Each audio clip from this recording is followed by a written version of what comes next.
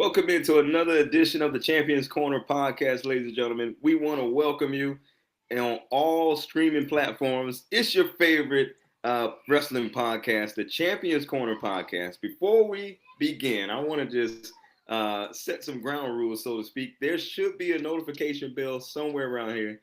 Go ahead and hit that bell so you be the very first one to know when your favorite host, Mr. Ron Crumpton, is going to be on, when the professor is going to be on, when you see the Alabama ambassador, when you see Lonnie, the historian, and when you see me, the number one player. You'll see us all by hitting that bell notification. So you'll be the first one to know when we go live, and you can catch out all of our merch, all of our anything Champions Corner related at our website, championscornerpodcast.com. Man, we want to thank you for tuning in today. We got a great show. Halloween Havoc has just wrapped up. Let's see, SmackDown took place. I can't wait to hear the professor's reaction to my girl, Jade. Oh yeah, that is something to discuss. Yeah, I do want to talk about that. I told you. I do want to talk about that. This That was day a was gonna fascinating happen. event. Professor, how you doing? I'm doing well. It's it's Sunday. Sunday fun day, love it. There you Beautiful go. day always. Beautiful day, beautiful day, beautiful. Surprisingly enough, ladies and gentlemen, Oh, but the rain is coming in. it is rainy here in Central Florida where I'm at. You know, the palm trees are still flowing, but the sun's not out. Yeah, apparently there's a hurricane coming in, and there's another hurricane coming in. They tag teaming, and they're trying to become the natural disasters. We about to hit the brothers of destruction. Brother Destruction's out there in the Atlantic. Right? Oh boy, we're about to. Oh man, Man, we'll see. I didn't even know anything about the hurricane until I turned on the radio this morning. I was like, a hurricane? Where? Yeah, Yeah, so someone told me about this yesterday. It's like, oh wow, this is happening. thoughts and prayers out to those in Jamaica. So yeah, that's where it's Yeah, going. especially. Okay, Category 5. So I mean that island is about like this size. So yeah. I mean, yeah. From It's a very perspective of a map, yeah. yeah. Oh yeah. Thank you for putting that in perspective. So, man, let's get into it. I don't know if you heard, Professor, but I was reading something this morning about Eric Bischoff, TKO's ticket prices. We've talked about it a lot on the show. The ticket prices have gone up. In TKO's eyes, it's like it's gone up in value, so to speak, because maybe they were undervalued at some point. But let's get into this conversation. Um, let's talk about the ticket prices. I want to pull up Eric Bischoff's exact quote here. So give me a second. All right. Eric Bischoff, what he said today about the ticket prices. But while I'm looking for that, Professor, what's your take on TKO's ticket prices? Um, I get it from a standpoint because, not for nothing. When you think about wrestling, especially if you are a casual fan, as most would say, you think of WWE. They are the Kleenex of the industry, the Band-Aid. That name is synonymous with what it is. So I get where TKO is coming from in the standpoint that the tickets were undervalued for a long time, and they're just putting them at the value that they supposed to be in. Look at concert tickets; they've gone up. Almost any other attraction, whether it's a comedian, particular celebrity of some sort, those ticket prices, some would say, are pretty expensive. That's one perspective of it. But this goes back to the discussion with Vince McMahon and how or why the tickets might have been undervalued. The theory is that he wanted to make sure it was family accessible. You want to bring them. I've always said this about wrestling, and I don't know, maybe it's offensive, but I always feel like professional wrestling is a traveling circus. And whenever they come into town, you want to take the kids along because they'll see their favorite stars. They'll pick up their favorite merch. They'll pick up their favorite toys. And if you start setting prices to a family of four, where before they're paying maybe $400, but now with the new ticket prices, they're paying $1,400. Well, you got to make some choices. So maybe that family may make a choice not to go to see it this year. Who knows? Ugh. I hate to be the person. No, because we're still live. So I don't know. We'll see. In the end of it, I can see it from both sides. Personally, as a consumer, I would definitely prefer to pay a lower ticket price. But you know what? You can definitely tell us in the comments what you prefer. Whether you like to do, or what do you think the tickets are at a reasonable price, overvalued, maybe still undervalued? Um, as I mentioned, WWE is a brand name. It's hard to deny. So in that case, let us know in the comments what you think or how you feel about that in the end. There he Here I am. goes. My bad. I hit the wrong Oh, button. hold on. There he is. Yeah, I hit the wrong button. So here I am. But Everyone's here. Lonnie's here. Yeah, looks he's coming in. There he is. Okay. So we'll go back because I like your point about the family, because that's primarily what wrestling is geared towards. It's the families. So Lonnie, you're just joining us. Those that are just joining us, we're talking about TKO's ticket prices, the rise of the ticket prices. And Lonnie, you might want to go back out, come back in. I think you're upside down. Is he upside down, Professor? It looks like he's definitely sideways. Sideways, yeah. Sideways. Yeah, there you go. Well, no, there's the other side. There's the side. There it is. So we're talking about ticket prices. I pressed the wrong button. Go ahead. Finish your thought, Professor. I got Eric Bischoff's quote in the queue. But go ahead and do the quote real quick, okay. So we can all be on the same page. All right. So this is Eric Bischoff. You can still see me, right? Yes. Okay. So he says, in regards to, he said this on the 83 Weeks podcast. Eric Bischoff defends TKO's decision to raise WWE's ticket prices. This is his quote. He says, I mean, does it make sense? You have a product, it's a widget, and you sell that widget. People go, well, I really like that widget. So you raise the price a little more, and you keep increasing that price until you find your threshold. Bischoff says, and then once you find your threshold, you then begin to adjust your prices accordingly. I'm not shocked, but it's very interesting to me that people are surprised that any company will continue to increase the price of their product until they find their threshold. And so then he goes on to say, I wonder how WWE ticket sales compare to, it's hard to come up with comps, but let's talk about rock and roll, concerts like rock and roll. What have concert ticket prices done over the last 12 months on a percentage basis compared to what WWE has done in the last 12 months on a percentage basis? It'll be interesting to see what other forms of value entertainment that people actually go to.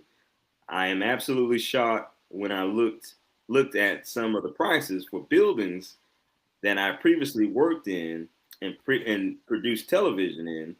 I mean, it's a different world today financially than it was even 8 years ago.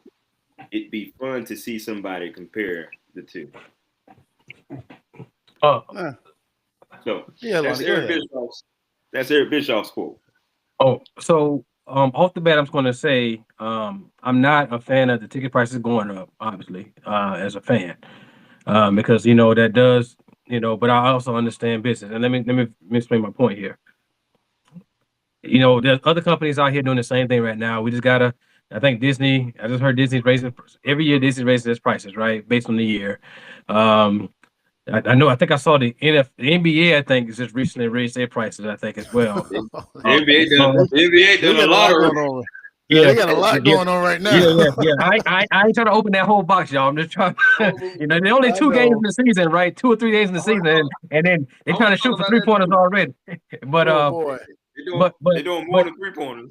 Yeah, but they shoot 10-pointers. I get it. But what I'm saying is that I understand it as a fan, but I also understand business. Now, granted, I'm gonna make it clear. I do not like it because I do feel a part of it is phasing out some families who enjoy the sport for what it is, as opposed to people who are just trying to grab. And I get that. I get it too.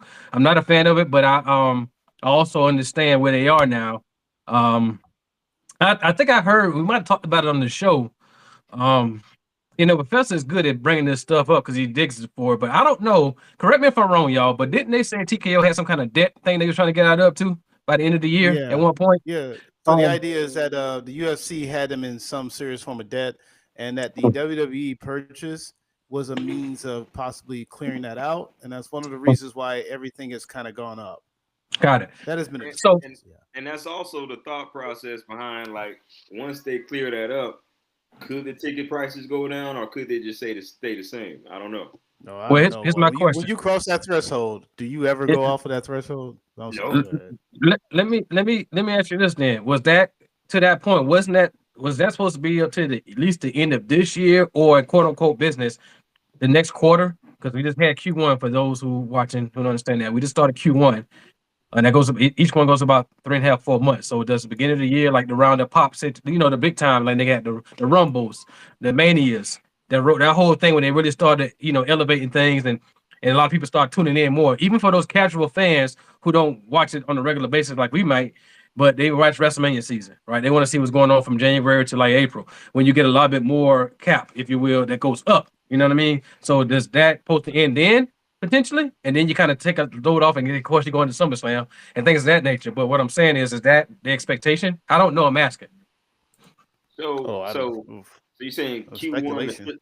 You saying the physical year of next year? Well, they're Q1 now. They're Q1 now. So their Q is a little bit different, right? Because their Q2 and started. It's like the end of the year for them because WrestleMania is their end of the year event. Right? Yeah. It's like 2025 ends, and then Raw is the new year, 2026, and then you kind of start over to end it again, right? So I'm wondering if that, right? Is that the thinking? I want to know. If I'm in the room, that's the question I'm asking. You know what I'm saying? Like, what? Because I would have to imagine with The Rock being on TKO, Triple H, Nick Khan, all of them saying, I would have to think they were like, guys. I understand we understand business, but we have a fan base. It's no way they're not hearing it, right? So there's a fan base out here. It's like, come on, like eventually we have to deal with this, right? We have to cross the eventually. That's what I'm thinking. No, I hear you, and I get you from so shareholders. Well, no, I don't think they do. They don't have it's a TKO stock now, so yeah, you still TKO have stock to answer the shareholders. So you have to still answer the shareholders. It's not private anymore. It's a public traded company now. So. Well, yeah, WWE. Well, either way, from the idea of until they start getting full empty arenas, I don't think it's going to become too much of a concern or a discussion. It's one of those things where it's like, hey, I know people don't like the ticket prices, but I mean, what's to stop us from doing the ticket prices? So again, until the arena start going to a half empty arena, until we start seeing a dip in viewership and the product, I don't think there'll be a high concern about lowering anything. I mean, consumers are going to pay what they're going to pay. The iPhone has been the iPhone forever, and the prices still seem to go up on that too. So it's like, I get it. And again, I'm not a huge anti-capitalist. I'm not a huge capitalist, but I'm not naive to think that if you already open up the door to we're going to charge $100 more, I'm not going to start taking $100 back. If you still willing to pay that $100 more, I might go $150 more. Oh, you like it that much? All right, $175. I don't know. I mean, how much money is too money? Too much money becomes the next question. I agree. I agree with everything that's been said, especially your point, Professor. Because because this is what it's like, right? And we see this just in your everyday shopping. They throw it out there to see let's see if the people are going to take it. If they take it, somebody's going to pay for it. We may not. We don't need the masses. We got enough people paying this, so let's keep going. And to Eric Bischoff's point, they're trying to find that threshold. So they're going to go and pump it and pump it and pump it. And then let's keep in mind, they're riding off of a few different projections because you got a lot of different things that go on in WWE. It's not like you're coming. If it was one guy, like a concert, like we coming to see our favorite band or something like that. We're just coming for their favorite band, but you got multiple stuff that's going on inside of an everyday program. So I think they're gonna run it, milk the cow until it ain't got no more milk in it. Then we'll adjust after that, and we'll see. We're gonna throw our chips and see where they land. That's how I'm seeing it. I get all that too. That's why I said both my sides as a fan, like growing up on it. Yeah, hate to see that. Just like anything else, right? You're gonna hear a lot of people. Say, okay, let me give you an example. Where I work at, y'all know where I work at. I'm not going to say that on here. Y'all know where I work at. When a new system rolls out, you're used to doing things the old way, right? A new system rolls out. Now you got to get used to it again. So everybody's kind of right, because now you got to get used to it again, and you don't want the old way. You know the famous quote, "I'm old school. I'm old school." Right. So they'll say those things, but then when something new happens, and then by the time they get used to it, you don't hear that no more. Right. They got a new system until the next time it's something to evolve again using a new system.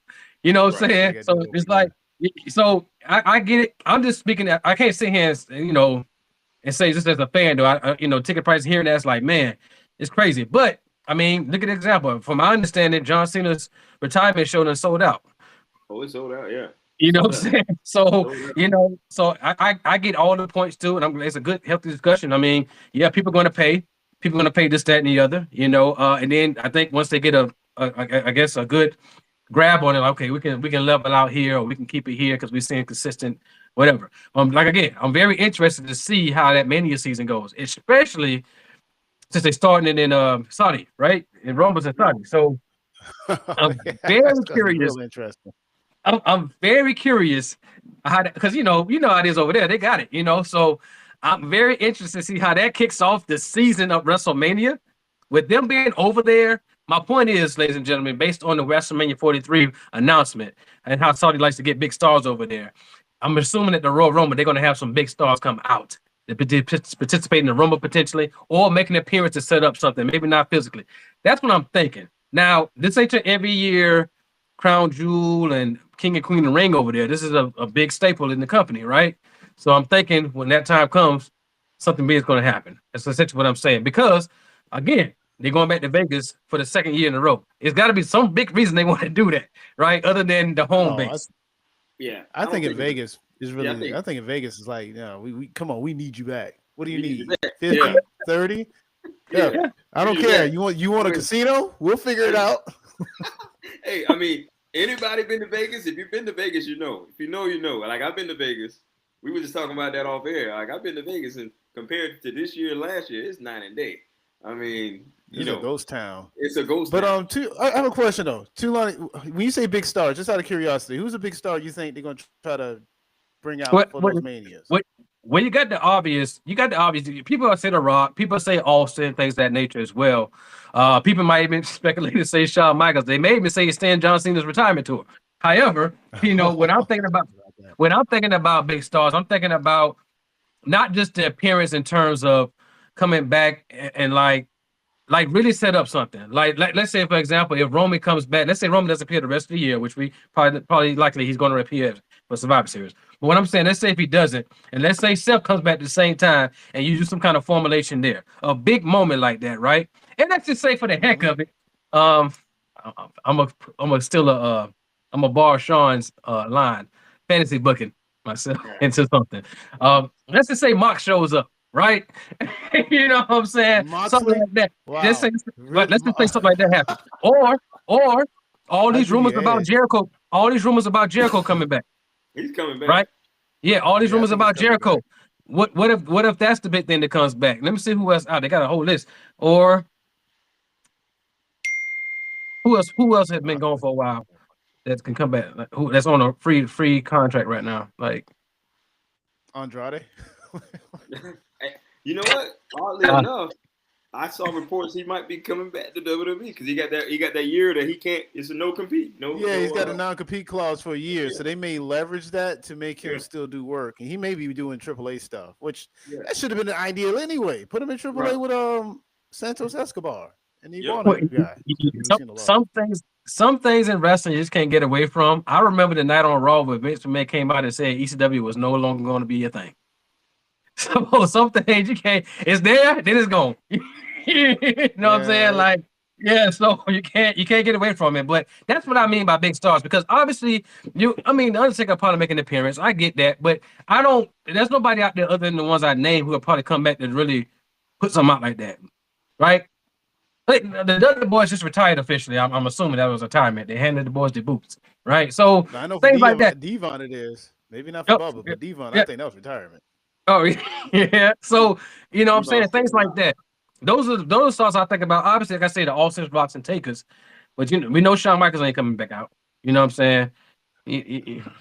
I heard about Kane, but Kane, I don't put him in the echelon with them, but I'm just saying, like, that's what I'm talking about.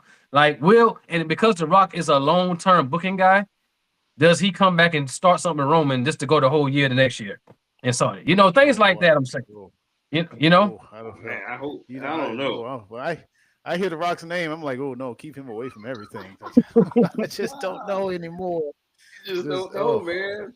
Well, that's that he PTSD. may not come back. I think he's about to film a movie in November too, so I don't think he's. I want to go back though. I want to go back, and then we'll move on to something else though, because you brought up something. Because I'm here. So 2 things. BJ and I was, Professor and I was talking about this off air. So we're gonna ask you, Lonnie, what is a reasonable ticket price you would pay for like Mania or SummerSlam? Yeah, what's the most you would come out of pocket for? Is this me or my family? You. Just me? You. Yeah, okay.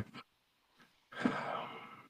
Right now, I would say. Yeah, right now. Yeah. Right now, probably 200.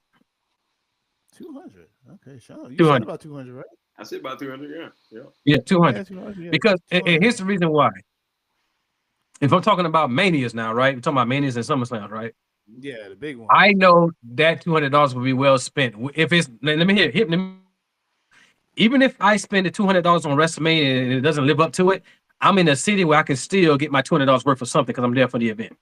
Mm-hmm. So I kind of add that in there too for me personally. So even if it's not the show, that's not to the point that I like it, maybe it's different like that. That's what I mean. Okay. Yeah, because I think I was around the same price range. So 200, where you sitting with that 200 though? But we always hit the top anyway. Don't been you sitting at the top? Well, hold on a second. In that case, how much for the front row then? Okay, I'm gonna say mine. Go ahead, Lonnie. For the front row? Yeah, we talking like you right there. I would say hard camera. You're a green shirt guy. You may be a seat away from him at best. At $1,000. $1,000. $1,000, full grand. Okay. Mm-hmm. Okay. I'm at 750 for like that hard section, front row. 750. Yep. Let me say that, but I can wear my Champions Corner shirt. There you go. So hey, what about you, Professor? What's yours? Your ticket range? Okay. Wow. Front row. Yeah, I'm guessing. Okay, it's got to be maybe 800, $1,000, depending. Front row. It is the biggest show of the year. It's a 2-night event. Mm-hmm. Oh, I got to pay twice. No, I'm saying $1,000 for both tickets. For both nights. Get a deal, man. Get a deal, bro. Get a deal. They out there. Okay. Was that a 2-for-1? Like, what was that coupon at? Yeah, okay. I mean, if it's 2 nights, yeah, I'll pay $1,000. $500 a night. Mm-hmm. Again. Yeah, okay, I'll do it. It's Mania, right? It's SummerSlam. Yeah. The Summerfest. I think too with that, again with Mania, everything that's going on, and from the looks of it, they're not trying to do, maybe not as a long week as Mania, like SummerSlam and all these other shows, but when you got the access, you got the indie shows, you can really get your experience out of it, right? Whether you like, I'm not the person to buy so much merchandise anymore. It used to be. I'm good now with about a shirt, if that. I can just go around and do other things. But I think about the whole thing, and I don't just think about the tickets, even though it's a part of it, and that's what the subject is about. But I think about the whole experience in terms of that. So when I spend that $1,000, I just say it's part of the experience, and so I'm gonna get to enjoy this. So right. Cool, man. Cool. That's the idea, at least. That is the idea. I hope that they're not keeping it to Vegas for WrestleMania, and we'll get to that later on with the season show. But I hope that they're not keeping it in Vegas every year.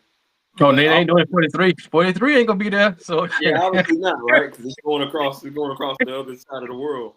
But cool, man. We want to know in the comment section, what is a reasonable ticket price to you guys, the digital audience? What are you paying $1,000? I know when they come here for Raw, it's like $1,700 to sit right there front row. Mm-hmm. That's the $1,700. Raw. That's the TV show. But You're gonna be waiting through commercial breaks in those front row moments. Sitting you in know pitch what? black while they like, okay, wait for this commercial break to be over. BJ, we sat front row at a Raw before, right? Weren't you? I Was still watch. Yeah, that was a yeah. boy. That I, was a long time ago, though. I still watch it to this day when the BJ had that Armando Estrada get up on. Yeah, that's And I on. remember that. I mean, Bro, I you showed. have that Raw? Well, yeah, on Netflix. What Raw is that Well, one? 'Cause I'm trying to no, find it. but no.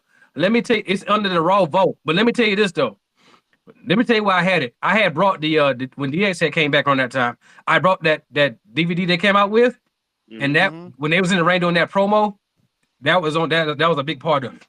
Yeah. So I saw it on there. The DX CD. Remember the first time they came back? They came out with 2 DVDs during that time. But that first one they came out with when they returned, they had that segment going there, and that was like a 20-minute segment. So they kept you couldn't miss you. Yeah. But I'll find the Raw. I'll look for it right now and find the Raw for you. Yeah, man. That's what's I've up. been That's what's wanting up. to see. I've been wanting to see that one for a minute. Man, I wish we could go back and find that receipt so we compare. I bet. Yeah, 'cause I don't remember what we paid for that. I don't remember either. That was right there. Yeah, we were front. We was real close. So yeah. But yeah, ladies and gentlemen, what are you going to pay for front row seating at your favorite wrestling event? And we're fresh off of Halloween Havoc. We got to talk about it. We got to talk about Trick Williams not coming up big. He didn't come up big that night.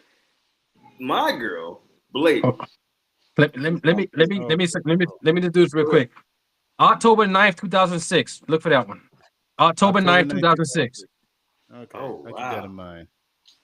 Man, that's 2006. 2006?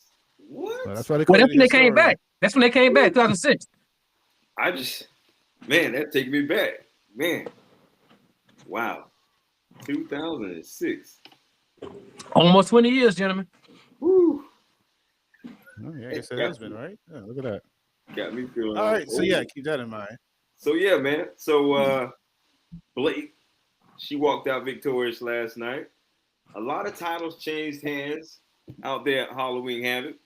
But we're gonna get into the match of cards and all that stuff, what took place. But let's start off with who do you guys think was the match of the night? What was the match of the night? Oh, match of the night. Oh, I did see some of that.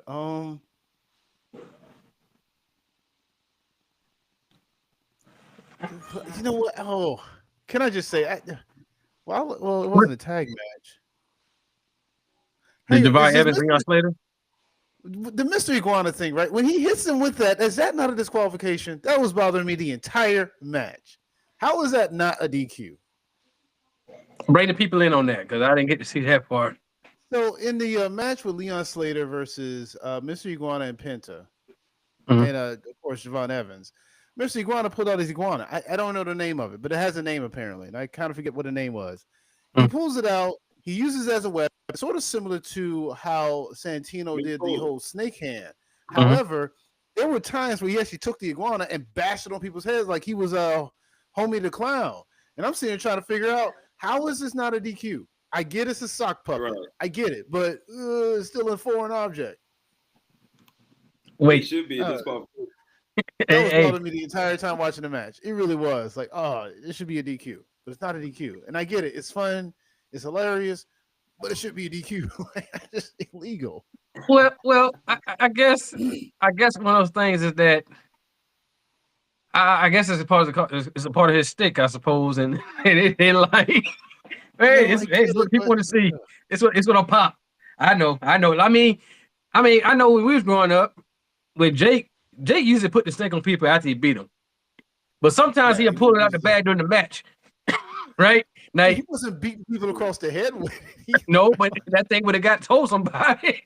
you know what I'm saying? Like, but yeah, I don't know, man. Like, that was trippy to me. That's a good question, though. That's a good question. I don't know why it wouldn't have been a DQ.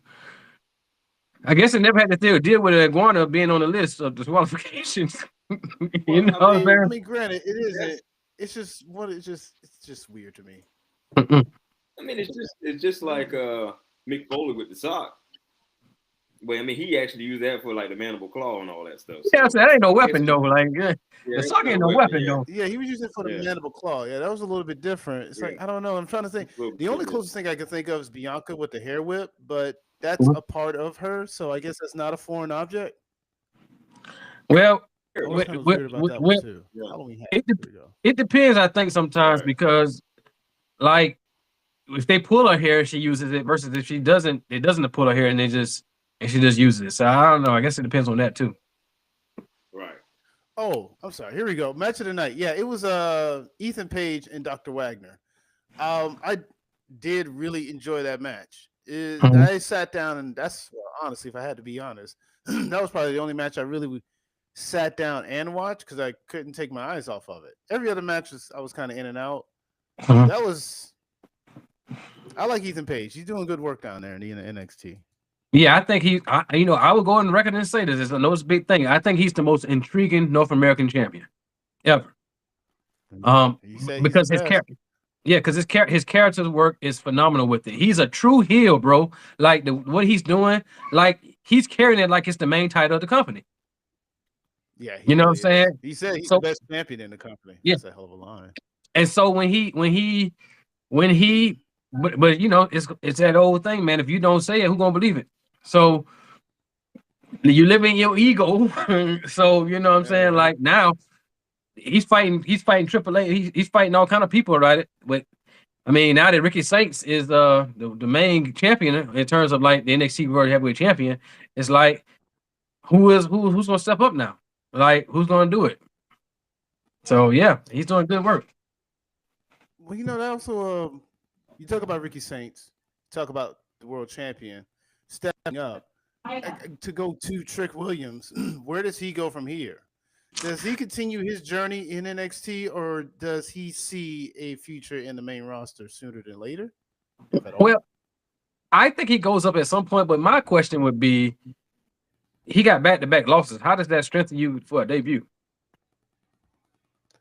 Oh no, I get you because it's like yeah, that's true because he lost the TNA title, Mhm. then he lost the title match to the NXT title. Mhm. I So, guess you know what I'm saying? because no, yeah, momentum doesn't seem to be on the side. Yeah. It's one thing to lose it, like a Keith Lee did it. He lost to Karrion Kross, and then he was on the roster, right? And then, but that's a loss. That's one loss. You know, he kind of went out on the top though. You know what I'm saying?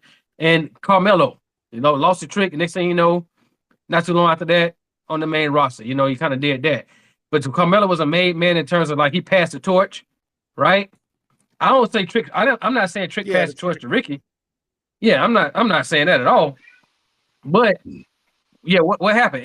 And then I'm thinking, okay, so I think it's too soon because I'm thinking Stand and Deliver right around the corner, right? Maybe after that, depending on what he does. Because ever since he lost Trick Williams, ever since he lost the title, he didn't win it back. He got the TNA title, yeah. That's 400. So Well. I say after Stand and Deliver, maybe that somebody, you know how they do, somebody debut on Raw again, that type of thing, maybe. But have him he has to come with some heat though. You know, you can't just come with. I don't think you can't just come with your music popping and then just come on out there. You got to come and get some heat.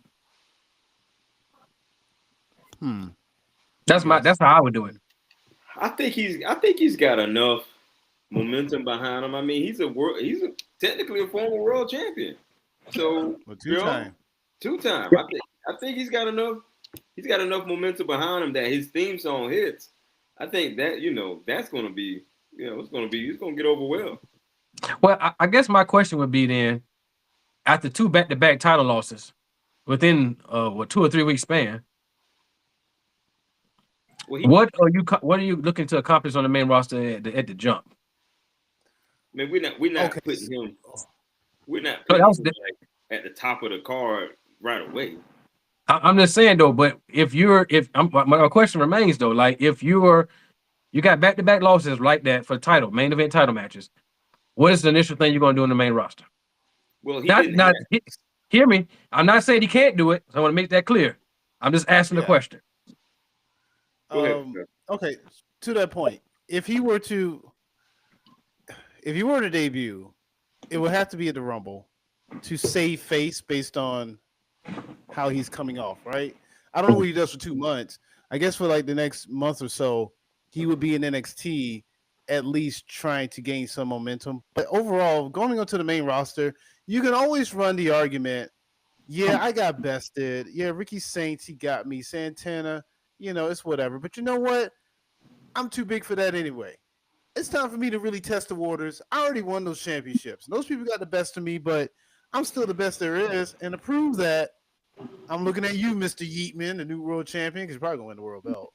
Or I'm looking at you. Please let us talk about that. I got something to say about that. Not for nothing. He could come out doing a Dragunov Open Challenge and be like, I beat you in NXT. I think he beat him. Probably did. I don't know. Well, that's what I was going with that. Something like that, yeah. That's what I was going to say. Because I'm like this. He's a former TNA world champion. So he's already got, a great resume compared to a lot of other guys that just came off. So he can use that to his advantage. He can come over there really grandstand about, hey, I'm coming up to the main roster, but I'm looking pretty better than some of y'all cats that's been here for a minute in the main roster. He can play that whole card because he's a former TNA world champion. Mm-hmm. And NXT world champion. Yeah, he could do that. He gave Ricky Saints, hey, Ricky Saints is just picking up where I left off. I can't be there forever. Somebody had to do it. That's the direction he should go in, really playing that grand, I'm better than everybody, because I think he really has, a good fan base already, because, they really do a great job of kind of showing who he is, right? So, I think he should come out the Royal Rumble, though. Yeah, I think the last point I'll make on that, I'm looking at it from this perspective as well. Of course, every wrestler is different, how the company decides to protect them, this, that, and the other. Both times when Oba lost his titles, he went away. I know he came back, he lost again to Tony, I get it. But he went away for a little bit and then he came back. Now, we haven't seen Oba since he lost to Ricky Saints, right? So it's a little different. So does that, now that'll be a good Rumble debut. Now, you know what I'm saying? But word is that Oba's been doing dark matches in SmackDown. Well, he had a match on the road against Omos recently. Mm-hmm. So that's what I'm thinking. Now, I'm look, when Trick debuts, I'm for it though. That's the homie, South Carolina, Keenan High School. You know what I'm saying? We good. I'm just trying to see what would be the best thing to do it. And both of y'all made good valid points. Open challenges right now. Royal Rumble coming out, cutting that snarky promo like I'm better than them anyway. I should have been left, but I hanged around with the kids for a little while. However you want to say it. You don't want to. I don't know if you want to pull the Lex Luger line.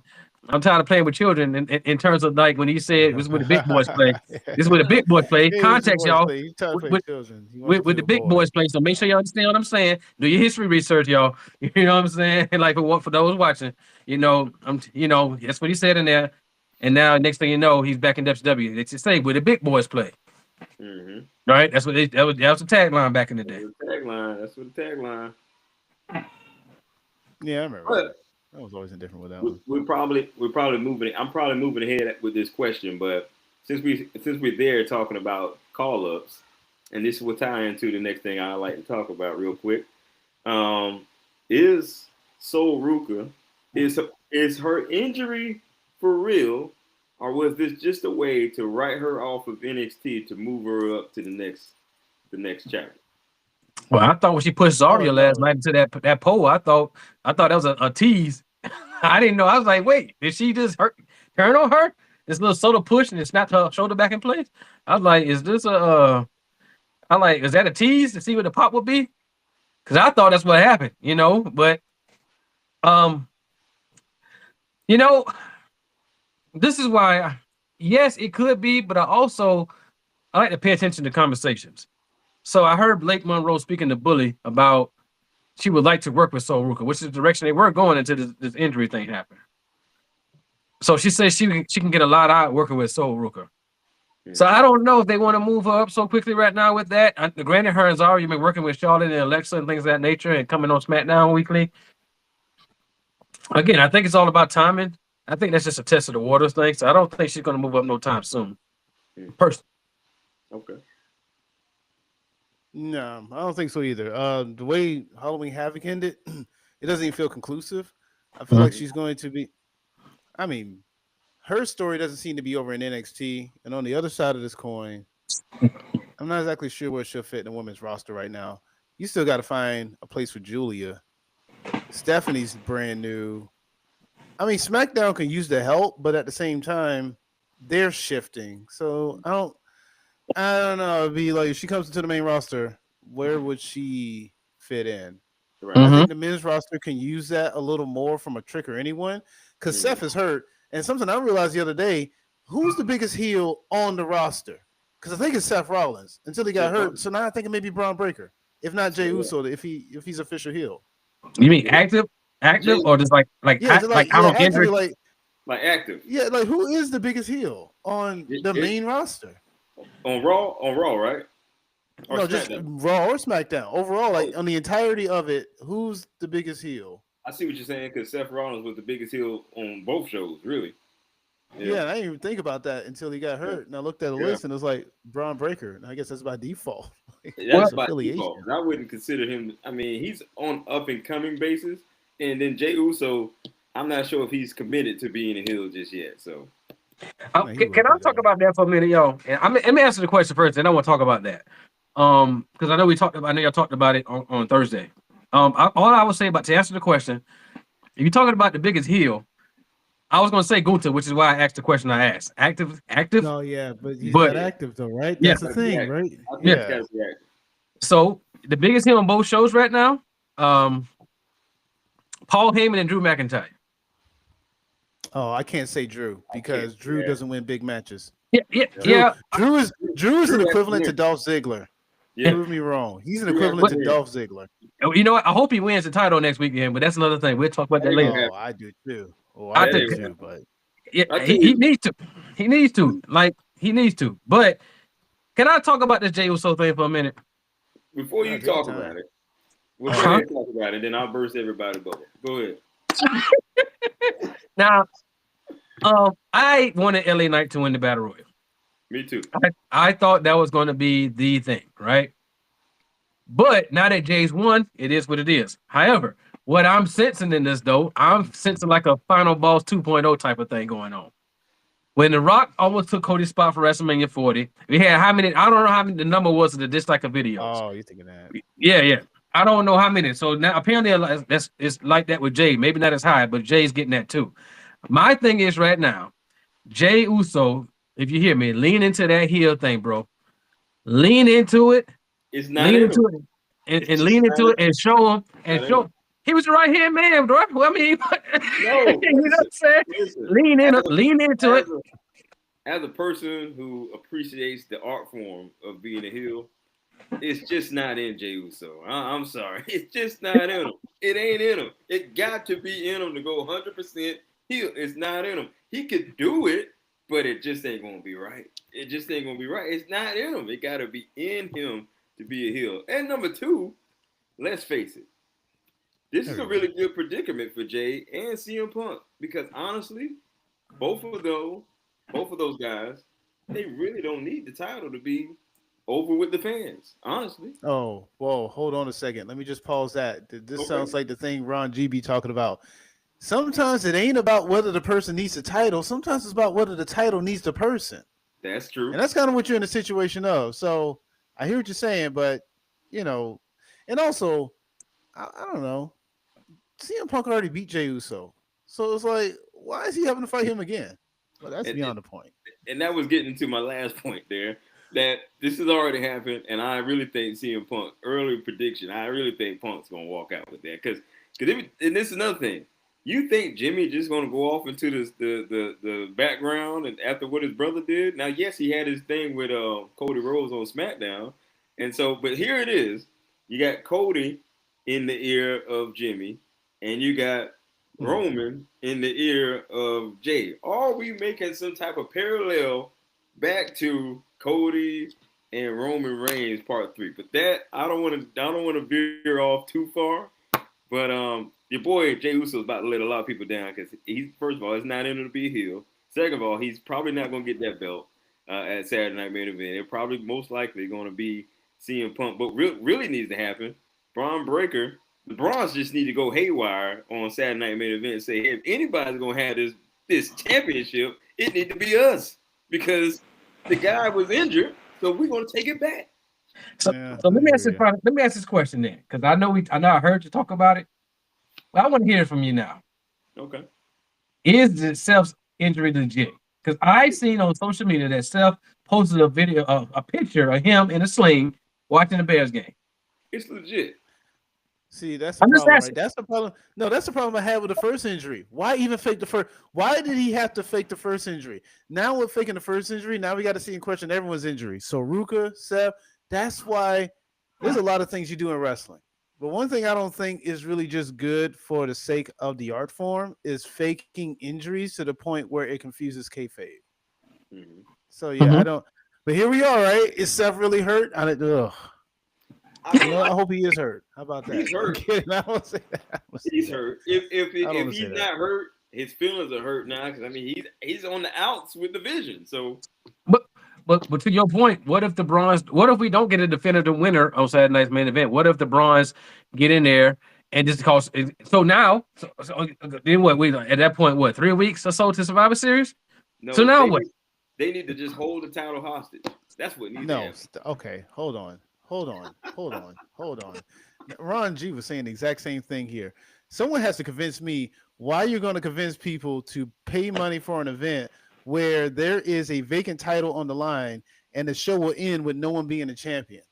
How do you sell? I don't know. I just feel like that's a robbery to some people. Someone's got to come out champion. Let me mention this. So again, this is how I think at times. I think of little things like this. This is the first time in a long time, I don't know the exact time, that both titles were on the line, both main star titles were on the line the same show. Other than like a SummerSlam or something like that. You know, like I'm talking about big PLEs, but this is a network television event. Mm-hmm. And both titles are on the line.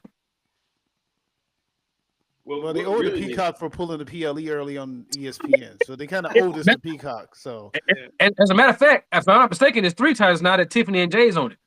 Oh boy, we know who's we need to talk about that.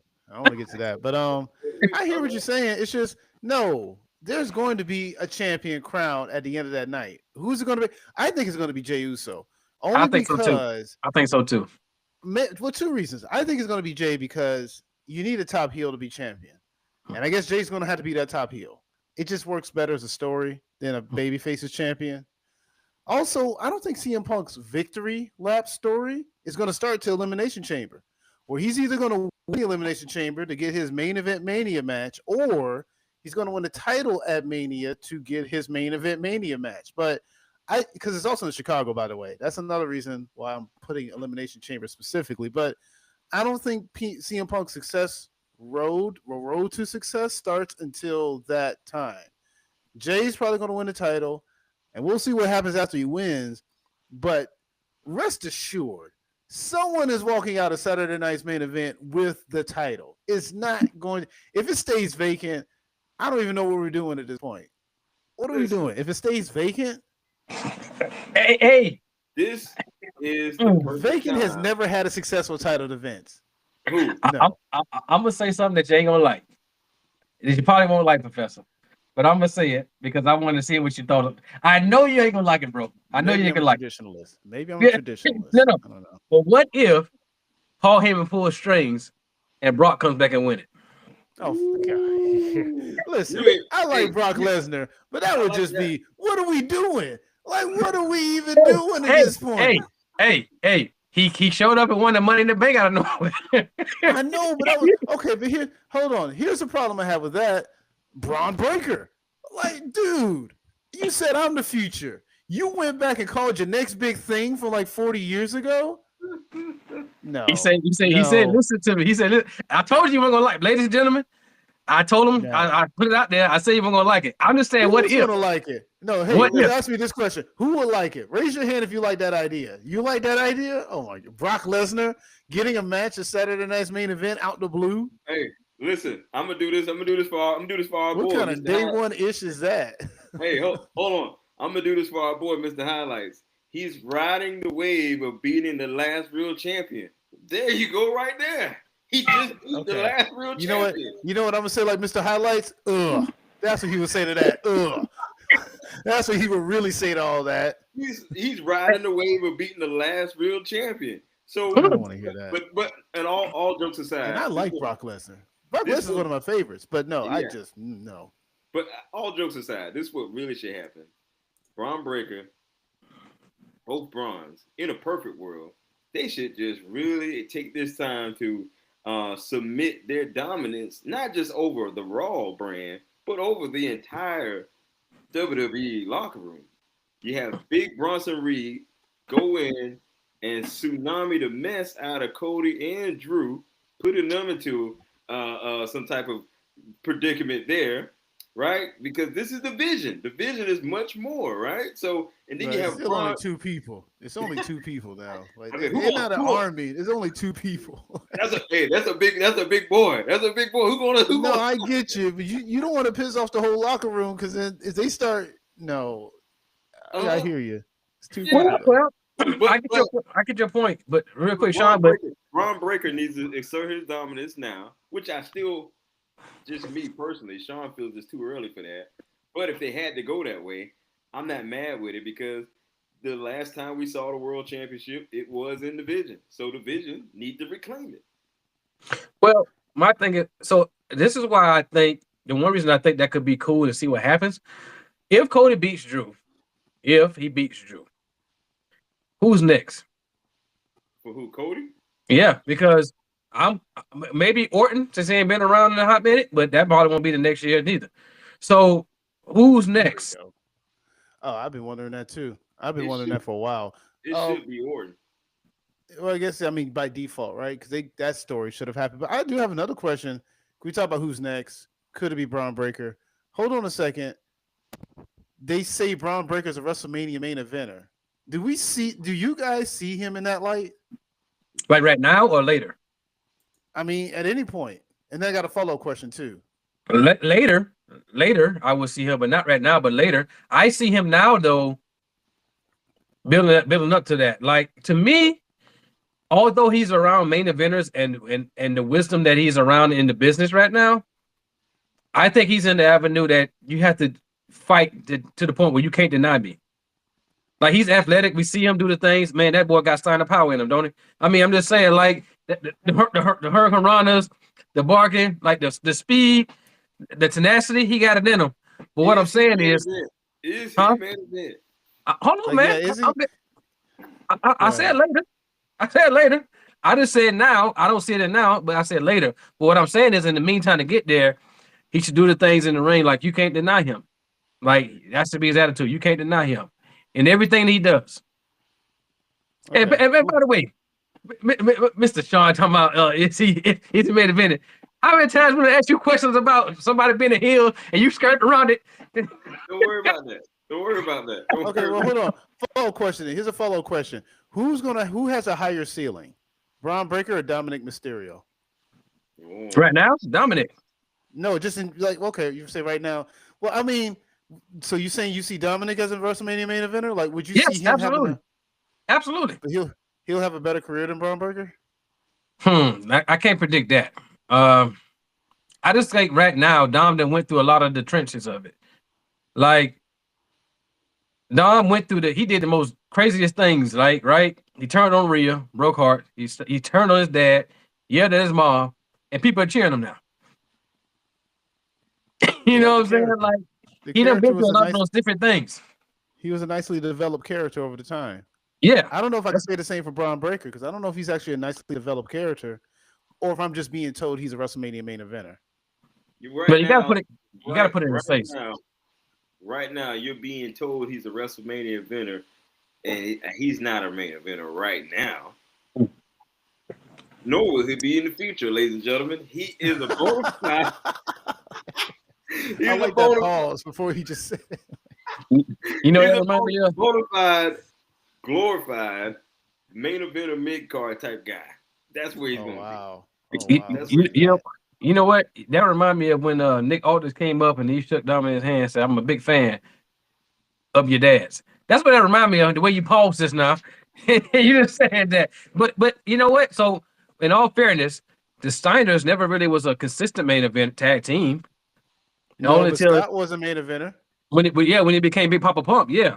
Yeah. So, but this is the era he in right now though. Like he's dressing like them in this particular point. So, but I don't see him being in a. You know what I like to see, honestly? I would like to see him and Bronson Reed go at it. Yeah, I guess. Well, Yeah, break the know rain, what? man. let me ask this. Let's get your Okay. thoughts on this. Out of those two, Bronson Reed and Braun Breaker, who do you think is the real star? I got my opinion. But who do you think is the Out of real? those two? Yeah, Bronson Reed. Oh. Bronson Reed. You Bronson Reed. think no, okay. Well, I'm saying Braun Breaker. I think Braun Breaker's still the real star of those two. No, Here's the they're reason why. both stars. But Braun Breaker, on his own merit, was the NXT champion, had a decent run, came into the main roster, was Intercontinental champion, had a decent run. He has a character arc where there's at least something there where he will win a championship, but he'll lose it. So it's like he knows how to gain, but doesn't know how to keep. And then he kind of builds off of that. That's sort of what Braun Breaker has been. Bronson Reed is a force, but that's the same I could have said for the Big Show or the Big SOB, Braun Strowman. Like I can say that about them. Braun Breaker for whatever it's worth is at least something I can wrap my mind around. I know who or what he is. Bronson Reed just feels like that cannon fodder. He's like a Hogan villain at best. I just feel, I guess, now I want to preface it, I like them both. I hope they both be stars, like top notch. But I just feel that the consistency of what Bronson Reed was able to do on the main roster, like the consistent battles he's had, like we talk about Braun Strowman when he did that, when he put himself out, when he's been now he's dealing with Roman, he's beat Roman, things of that nature. Like the consistent things of it. Like I feel like he gets a better. You get when Braun Breaker spears someone or barks, he gets a reaction or does some smooth in the ring. But Bronson Reed, man, when he does tsunami or anything like that, but people pay attention to this dude now. You know what I'm saying? It's like they're looking forward to that right now, right? It's like do it again. I don't care who it is. I don't care if it's Roman Reigns. Do it again. You know what I'm saying? Yeah. Do it again, right? So I just feel like the connection he has right there, I think, is stronger with the audience. Obviously he's a better promo cutter with that as well. Now the thing for me now is to see him with a championship and see how he does that. That's the thing I need to see from him now with a championship and see what he does with it. I mean, yeah, that's fair. Give him the tag titles. Let's see what they do as a tag team. That might not I be. think that's why AJ Lee. That's what I'm gonna call the tag team. I think that's why they won the tag team title because I think the Vision is probably going to take it from them. Yeah, they could have beat the Judgment Day for that because I like AJ. I like AJ and Dragon Lee as champions. So I do. But you need heat, and you can't get heat if you beat the Judgment Day, who people already don't like. So you got to get that heat by beating. They beat the New Day for the titles. Yeah, but again, that in that time felt like we got to do something. Tag team titles don't get a lot of love anyway. Yeah, when people say they don't get love, do they start to get love? Right. SmackDown, but it'd be funny though if with all these videos that Xavier's cutting, on international waters, if they do win those titles, would he still say he won his rematch? Yeah, I would. You think he would though? Probably not, because one thing I learned about a New Day is that when they lose to big monsters, they don't want rematches. Kofi Kingston. Yeah. But in their defense, who really gets a rematch these days? No one really gets a rematch. Oh, your girl Jade Cargill is getting her third shot. So don't tell me you might say go into it now because I know we all on. Yeah, might as well. That was the segue. Let's talk about it. Thank you for the assist there. Thank you for the layup. Well, it is the NBA season. Oh, we got to talk about that NBA. Them boys out there acting like They acting like they hot boys. So Victor Wembanyama, though. You guys are man. I mean, you got the mob families and all, but anyway. Anyway, I've been on record, ladies and gentlemen. Digital audience, I want you to, whatever you're doing right now, I need you to just lean forward right now. This is a very important moment here. I've been on record letting everybody know, especially Professor, that there was something special about this Jade Cargill, right? I told everybody that. Well, like I didn't believe. What are you talking about? I was a fan of Jade. Well, go ahead. Wait. I'm gonna give you a chance, but I gotta build the case here. All right? I've been on record letting everybody know that there was a diamond in the rough, that there was just magic waiting to happen, right? I told y'all maybe a few weeks ago that Jade works best as a heel. And what did we see happen this past Friday night SmackDown? We saw Jade Cargill return back. Now, in a form we probably haven't seen this far, but she had the gash over her eye. I mean, really painting the picture of I'm out to get everybody. She comes back, turns on Tiffany, cuts a little promo in the back, letting everybody know that all this time I've been thinking you guys have been appreciating my patience, appreciating things as patiently, right? But she says she no longer got patience. She's taking it. She's taking everything that she's got to have. She's going to be the next women's champion. Professor, I yield the floor to you. You know, I think it's funny how WWE commentary sets a tone. The word turn on Tiffany. Hold on. Were they ever friends to begin with? No. Here's how I saw it. I saw it as Jay, yeah, she got tired of the BS. She pulled the whole cut to Tony. I love that. I don't mind. I hate that it's considered a heel turn because I feel like this is just her. I'm tired of it. And you know what? Not for nothing, but Tiffany kind of skirted away. So I'll give you the SummerSlam match. Jay lost that one, but she wanted a rematch. Tiffany said, okay. They had a double count out. Then somehow Nia Jax found her way into a triple threat match, and she's the one that got pinned. So yeah, I can see Jay getting kind of frustrated. I don't like that it's considered a heel turn because the other side of this coin is you telling me Tiffany Stratton's a face? What does she do that's face like? She's so condescending and a spoiled brat. I don't know anyone in wrestling who's a spoiled brat and considered a face. If you got to tell me you're a face, you're probably not a face. If you got to tell me you're a WrestleMania main eventer, you're probably not a WrestleMania main eventer. But we already talked about that guy. In the end of it, I love this. I do want to see where it goes. But I do worry, even after she wins the title, because I think she's going to win, who's her next opponent? Tiffany Stratton again? We're just going to keep running the same cycle of people? Nia Jax? Like, come on. Good point. That's a good point because you got a lot of people out. A lot of people are hurt right now. That hurt business is going around. But I do think her being champion, because I think she's going to win it from Tiffany. And I think whenever she comes back, this could build to the Bianca versus Jade match at Mania. Mm-hmm. That could be for the title. That could be for the title. We'll see. Well, I also want to see. I'll start from that point, then I kind of get my opinion on it. They teased her and Charlotte a couple times, but now Charlotte's obviously in the team with Alexa, right? They had a couple of face-offs during that time, so that might be a possibility. I don't know if they would go that route that quickly, because I'm personally hoping for a Charlotte Bianca match at Mania. That's what I've been waiting on.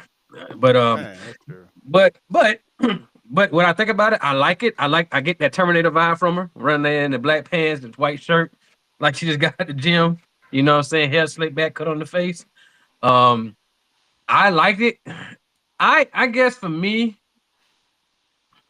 and the reason I see it as a heel turn, I guess because of how it happened. You know, I guess she raised her hand, they turned around and, you know what I'm saying? So it has the tendency of that. Now, we won't know exactly until like next week, right? But when they say whatever they say. But I guess the way she did it, the tendency of it, you know, what was the intention? Was she trying to draw heat? You know, I guess because that's the only thing I would say. But I'm fine. I'm gonna be honest with you. I'm fine either way. Whether she want to be a heel, face, a little bit in between, I'm fine either way. Because I think I saw somebody posted on the video, AEWJ activated or something like that. Oh, that or great. something like that. So I'm happy with it. I know Sean's been waiting for it for like 3 years. So, My so, God. so she been there. I mean, I know you like it. I know she like heels. So to use the best of both worlds in terms of that. And I think this will be the thing that will get the strap around her waist though. What I think do I think it'll be a long title reign? Probably to Mania. Um, and maybe after that, if she gets it back, maybe it'll be a longer reign. But if she does win it, she'll probably keep it to Mania. But also, it's kind of like a double edge, right? Because you will say Tiffany will probably get a rematch, but then we say people not getting rematches. So maybe she'll get one more, maybe she won't. But I'm just with all the injuries and all the, Naomi being pregnant and man, we got War Games coming up. We still at this point don't know what's gonna be both matches. Oh, the MFTs versus the White Six. That's Oh, gonna be yeah. good. I don't think that'll be it though. I mean, it could be. It Yeah, could be. I It don't, could I don't be. think they have a choice. I don't know. That just may be by default. Yeah, that could be it, because otherwise you're gonna just throw. Oh, well, I guess we gotta wait. We'll see what happened on Saturday night's main event too, right? Who's gonna jump in there, right? Because Cena's supposed to be there, in terms of the War Games. So, and then he got 2 appearances before that. So, I don't know, man. It's a lot going on there, man. So yeah. Now, this could be a long shot, but they could really use this time of injuries to their advantage surrounding Jade, because maybe Jade could come out and just say, you know what? Naomi was right and I saw the light, you know? And say Bianca was riding my coattail to fame. You know, she was washed up, heading in the wrong direction. Wow. I don't know And where here it that's is. The You can't storm. even. Wow. I don't Hey, think you can even. hey, they about to blow this chat Wow. up. I They don't about even to know blow the chat how. up. What kind of statement is that even? What? What? Hey, Wow. hey, What? what? Hey, Ron, go ahead and say something in the chat. I know you there. Cause I know you heard that. The Listen, live hasn't gotten to that point yet. He'll be posting hey, the moment. hey, It ain't got to that point yet. He hasn't hey, got to that point yet. He's still on the He's Braun just now Strowman. commenting on the whole Braun Strowman, Yeah, Braun Breaker stuff. he ain't got to that part yet. He ain't hey, got to that part yet. But Oh boy, because that's a statement wasn't that Naomi's statement all along? Like she was saving against Jade. That Jade was riding Bianca's coattails. Oh, and now Jay can come out and say, you know what? She was right about the whole coattails, but it's reverse. She was right. Yeah, that would still give Naomi the fire she has against Jade, which is fine because Naomi should come after Jade anyway. Right. look, I didn't. So honestly, I feel like had Naomi not gotten pregnant, had a lot of these things not happened, we might not have seen Jade heel persona this right now. That's the way I'm looking at it. I think it need to happen right now, because right now you don't have a lot of wood in the fire right now. You know, a lot of people are on the shelf. And that's SmackDown Women's roster is not very strong anyway. I mean, outside of Julia, outside of Julia, which I don't even know if you can count Julia, but you have Jade, Tiffany, Nia, Charlotte, and Alexa. I don't know who else you have. Michin, B-Fab. Nah. And then you look on Raw. You got Stephanie, Rhea, Io, Oscar, Bailey, Lyra, Raquel, Becky, and Roxy. Roxy. And then Liv comes back. Yeah, you got all eight. Well, I don't know what AJ is. I don't know what AJ.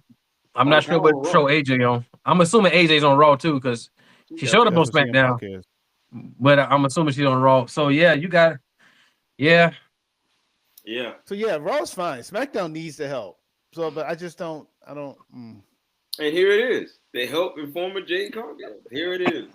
I mean, that does help. It gives them a heel, because right now I don't know who the top heel on SmackDown is on the women's division.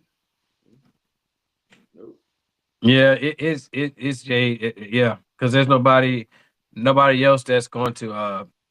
Nobody comes to mind. So I'm gonna say Chelsea Jade. Green's on there. Forget about Chelsea Green. She's on SmackDown. Oh yeah, Chelsea Green. And Alba Fire. If it wasn't for my girl Jade jumping up in there, I would say Chelsea Green. She should be the women's world champion. Hey, yeah. Look, I'm intrigued. I hope she wins, though. I really do. I really hope she wins. Because Tiffany, I mean, I don't know what else she, Tiffany could do. Ron Crumpton said she was looking like Scar from the Lion King. So is that like that's? I know the mark on her head's from the whole accident, but is that like a real scar or is that makeup? It might. I'm thinking it had to be makeup. Yeah. Because I was thinking like that was a legitimate scar, and I was thinking, well, she's scarred for life for real. Yeah. Because I'm assuming she got stitches by now, right? So yeah.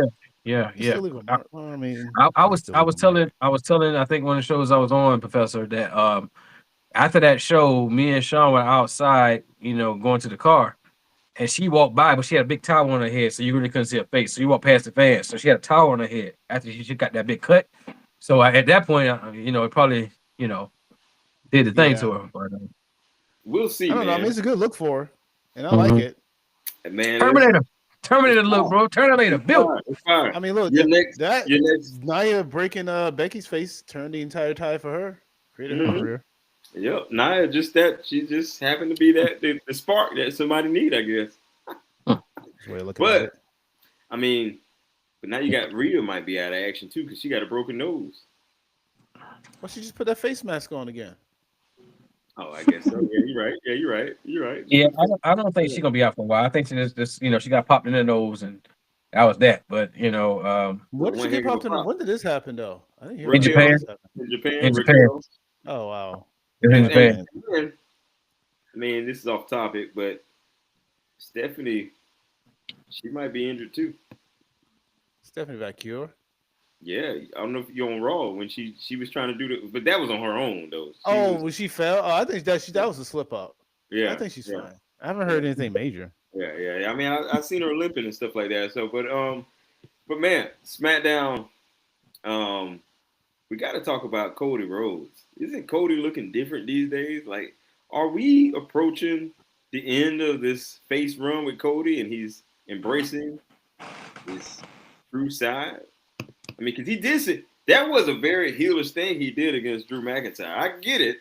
He has to do it now. Hit him with the belt. Yeah. I mean, your face hit him with the belt. I mean, that's very uncommon for your world champion in the likes of Cody Rhodes. But Cody asked the fans this past Friday, he said, do I have anything to apologize for? And of course, Drew McIntyre comes out, interrupts the whole thing. So we're leading up to Saturday Night Main Event, but we got Jimmy's involved. We got Cody facing Drew McIntyre. What's really to come of all this? Like, let's say Drew wins. If Drew wins, are we saying the same thing? Like, then what for him? Or like we say about Cody? I mean, what's to come of all this? Oh, if Drew wins, it's going to be the Cody chase, which I'm fine with. But if Drew wins, I feel like it builds up his credibility. But I think it'd be fine if he wins. But it'll be the Cody chase. Fan. Since Cody's been back, he has not lost 2 events back to back. That's true. Oh, look at that. So if he does, I mean, he lost himself, right? And he kind of wrote it off like, we come back to it and, yada, yada, yada.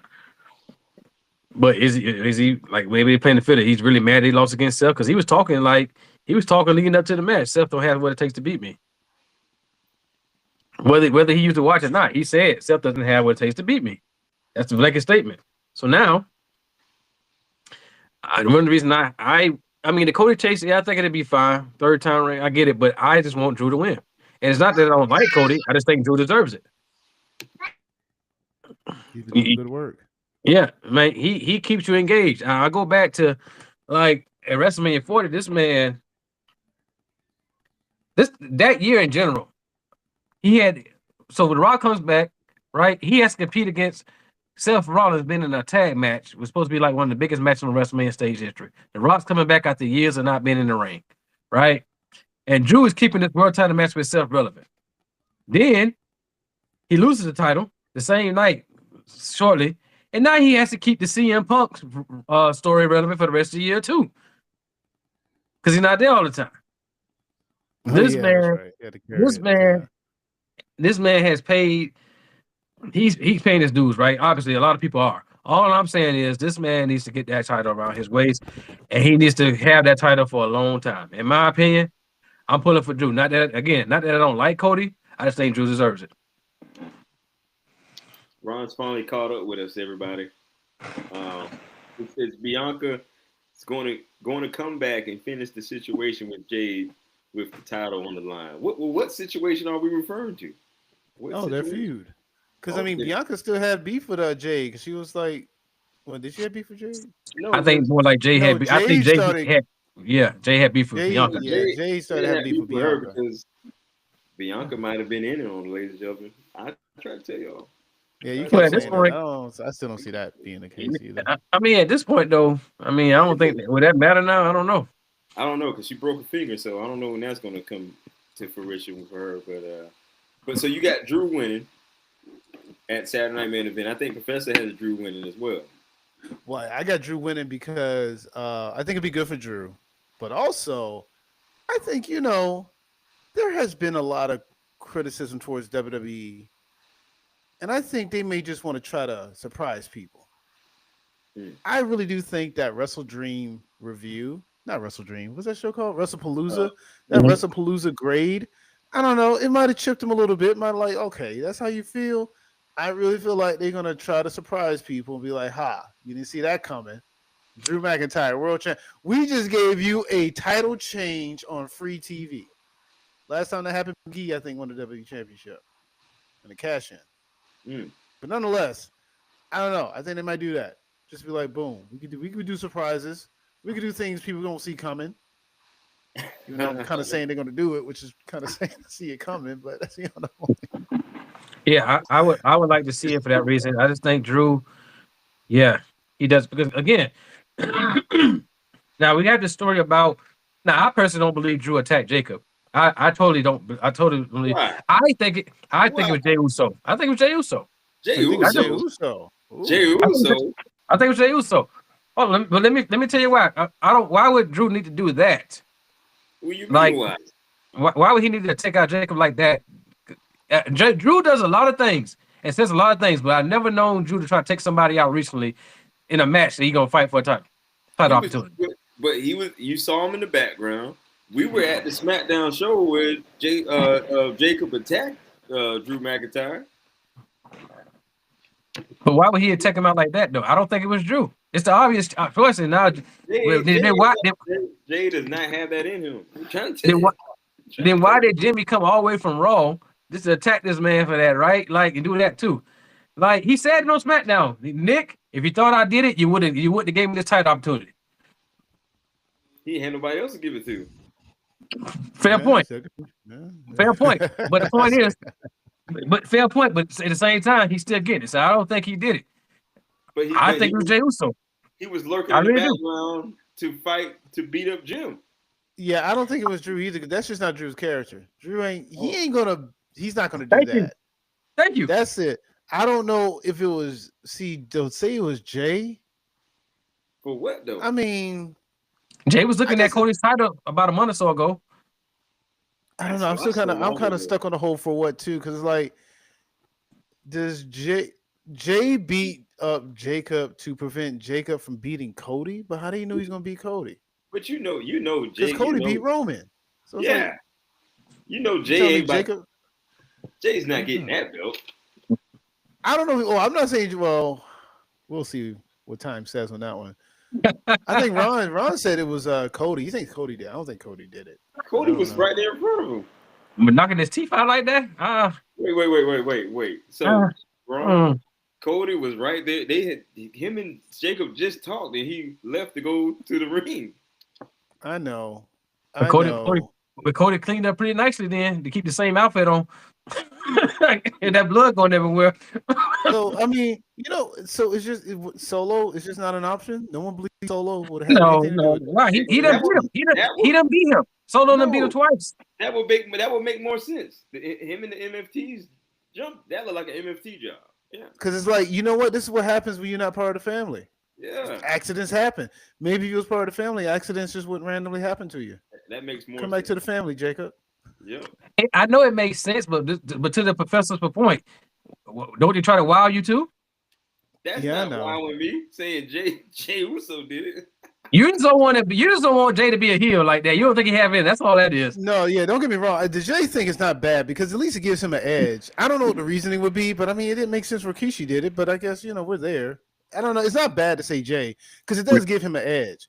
Yeah. I mean, to do that to Jacob, and then Jacob's a pretty tough dude, and it's like you trying to make him a top heel. It helps. It helps. But it's very. But it's not. It's kind of like out of the blue. Like he doesn't have any reason to attack Jacob. Well, let me ask you this: to the professor's mentioning of this, did Rikishi really have a reason to ran over Austin? Yeah, no, that's the thing. It didn't make any sense. It should have been Triple H. It should have been Triple H. Everyone know that story should have been Triple H. And in fact, it was Rikishi. Still blows my mind to this day. He did it for The Rock. What do you? Even The Rock is like, I didn't need you to do that. Like, who are you? That wasn't even necessary, my dude. For The Rock. But no. This is why the whole Jay thing doesn't make sense because you're telling me Jay beat up Jacob, so like Professor said, so that he doesn't beat Cody, which means that I guess you're protecting Cody. Yeah, right. Doesn't make sense. Yeah, that's the other side. Like, what are you protecting Cody for? It's like, well, I don't know.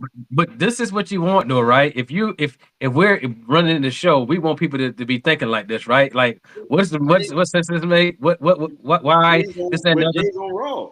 Jay is on Raw. Well, Jimmy's on there too. Look what he did. But he had to because they ain't got nobody over there. Why did he had to? He had to. Why did Jimmy fight Drew McIntyre last night or Friday? What was that match for? He attacked him because he think he was took out Jacob. I'm assuming because I didn't get to see the show, but he did say that. Yeah, he came to protect his cousin, so he figured. But even so Jimmy came to avenge Jacob, but they're both going to realize that Jey Uso is the one that was behind it the whole time. Stop it! Wow, that's going to make things real awkward. Hey, stop it. Hey, look, all I'm saying, you talk about getting the edge, that would be a perfect way to do it. No. I mean, it will definitely be a conversation starter. Again, I don't think it's bad from the standpoint that it gives Jay an edge to him and really solidifies his evil actions. But I got to know what that reasoning is. That reasoning is a really interesting one. Like, Jay, why did you attack Jacob?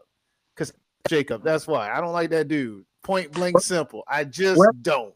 Let me ask you this. It make more sense. Like Professor was saying, it would only make more sense to fit Solo and the MFTs into that picture because they were the last ones that was beefing with. Like Jacob and Jay have no beef whatsoever.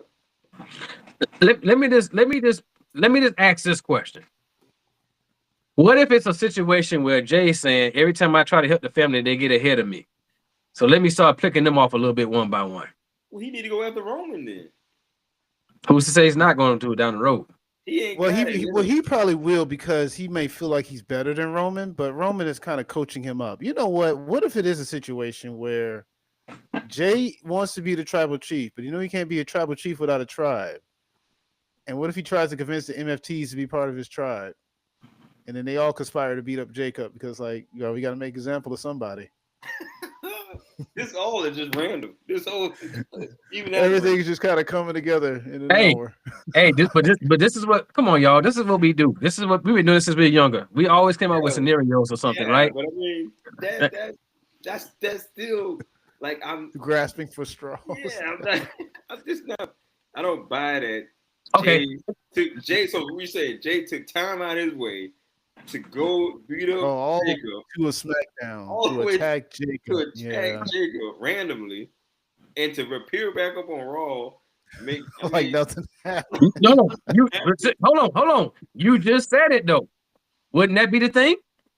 Nobody would expect it. Come on to SmackDown, do something, go back to Raw, leave that business over there, and now your name's clear right now because nobody expecting you to do that. Wouldn't that be a good thing? The least suspected person is the most often suspected person. Is Jay? So, I don't know. Who else could have done that to Jacob if it wasn't Drew? Exactly. Well, it ain't Drew, man. I'm telling you, it's not Drew. I'm telling you right now. No, I'm 100%. It's not Drew. Drew was right there in the camera shot. I know, but it's not Drew McIntyre. I mean, that's the same thing with Liv and Raquel. They were right there in the camera shot when Jay fell. They were right there. They were so close, and that's why everyone thought they did it. Matter of fact, walked off laughing, by the way. Yeah, right. So it's like you know, I understand being at the scene of the crime makes you a suspect, but it doesn't make you guilty.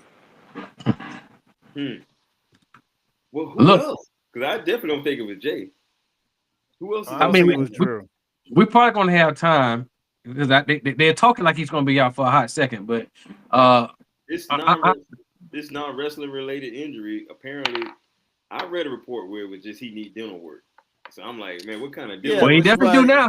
He definitely do now. It's a good way to write the story. Him losing his teeth, so like it works out. That was actually clever. Well, I don't know who did it. Isaac Yankem. That's who did it.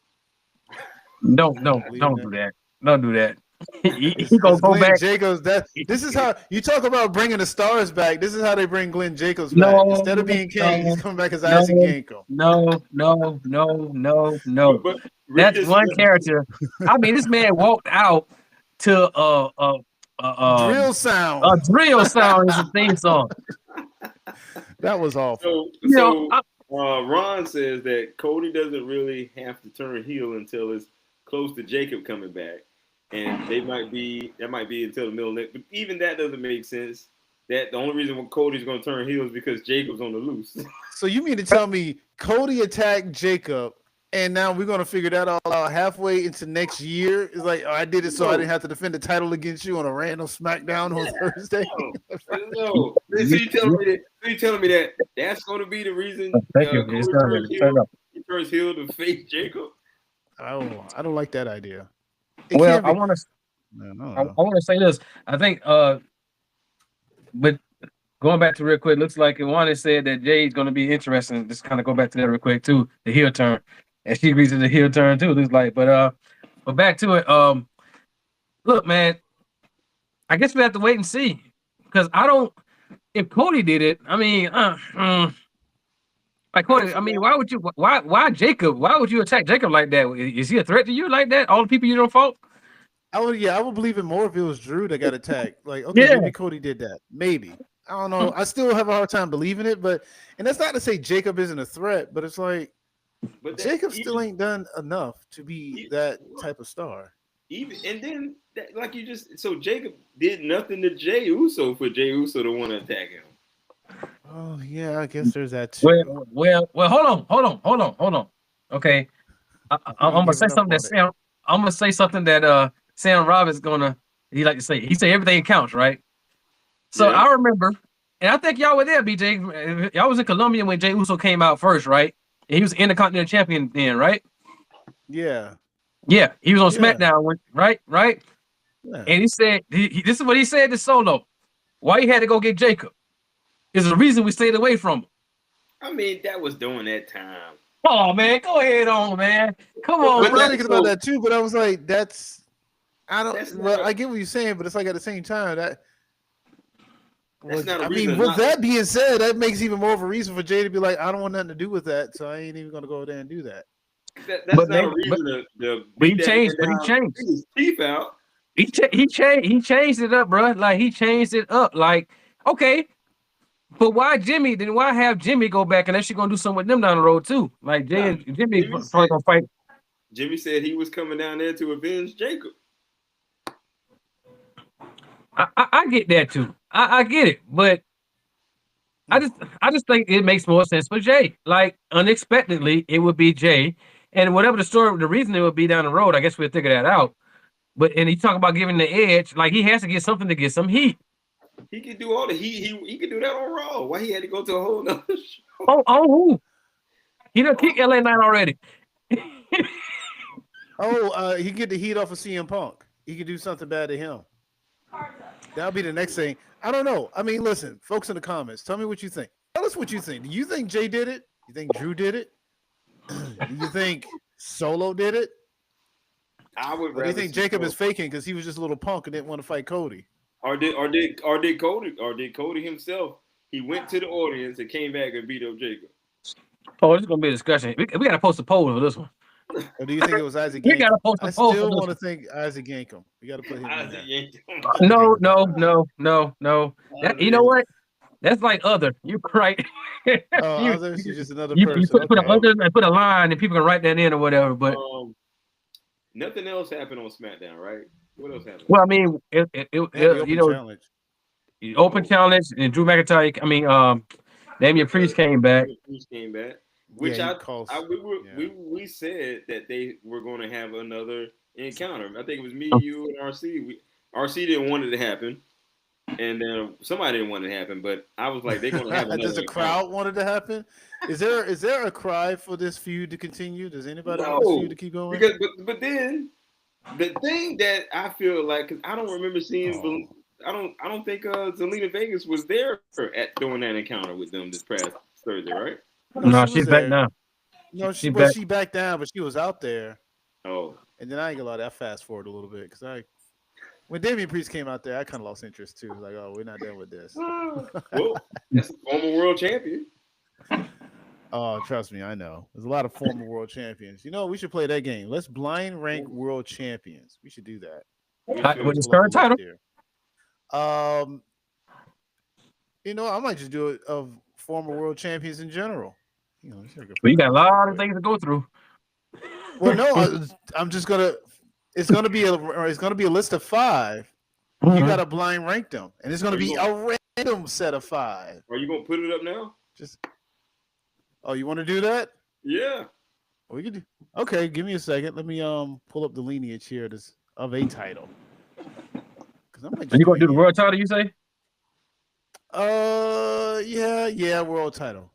And you mean the world title? That means any iteration of it, not just the current one, but any iteration of that title. I was wondering if you're gonna do that thing right behind you, that one there, that classic behind you. Yeah, that's what I'm saying. Okay, this one would be a good one too. I'm just waiting for this list to pop up. But yeah, man, that's interesting. Now you got me thinking, Lonnie. I wonder who is that, Jacob, now.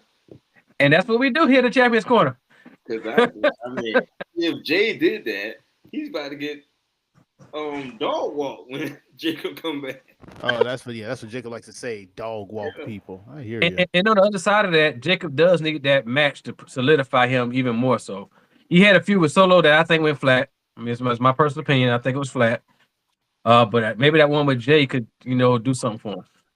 But if it's the MFTs, that'll make sense too. Because the MFTs, the whole. I just think they're done with him though. I think they all done with them though. Like, what else are you gonna do there? This year. Who? So Jacob and NFTs. What else you gonna do with that? Right now, I think they're done right now. Because Solo done beat him twice. Well, because they're not saying Jacob coming back, because he coming back in the summertime next year. So from his teeth, it must be something serious. Yeah, it must be something. Oh, here we go. Okay, this is a full list. All right, so I got the list here. Tell me when who's going first.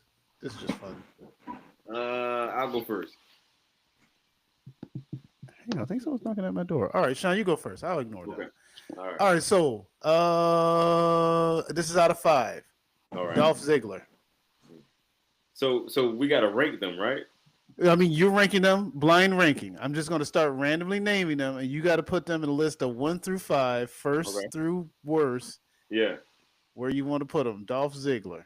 5. Alberto Del Rio. 3. Christian. Oh, man. 4. CM Punk. 2. Jeff Hardy.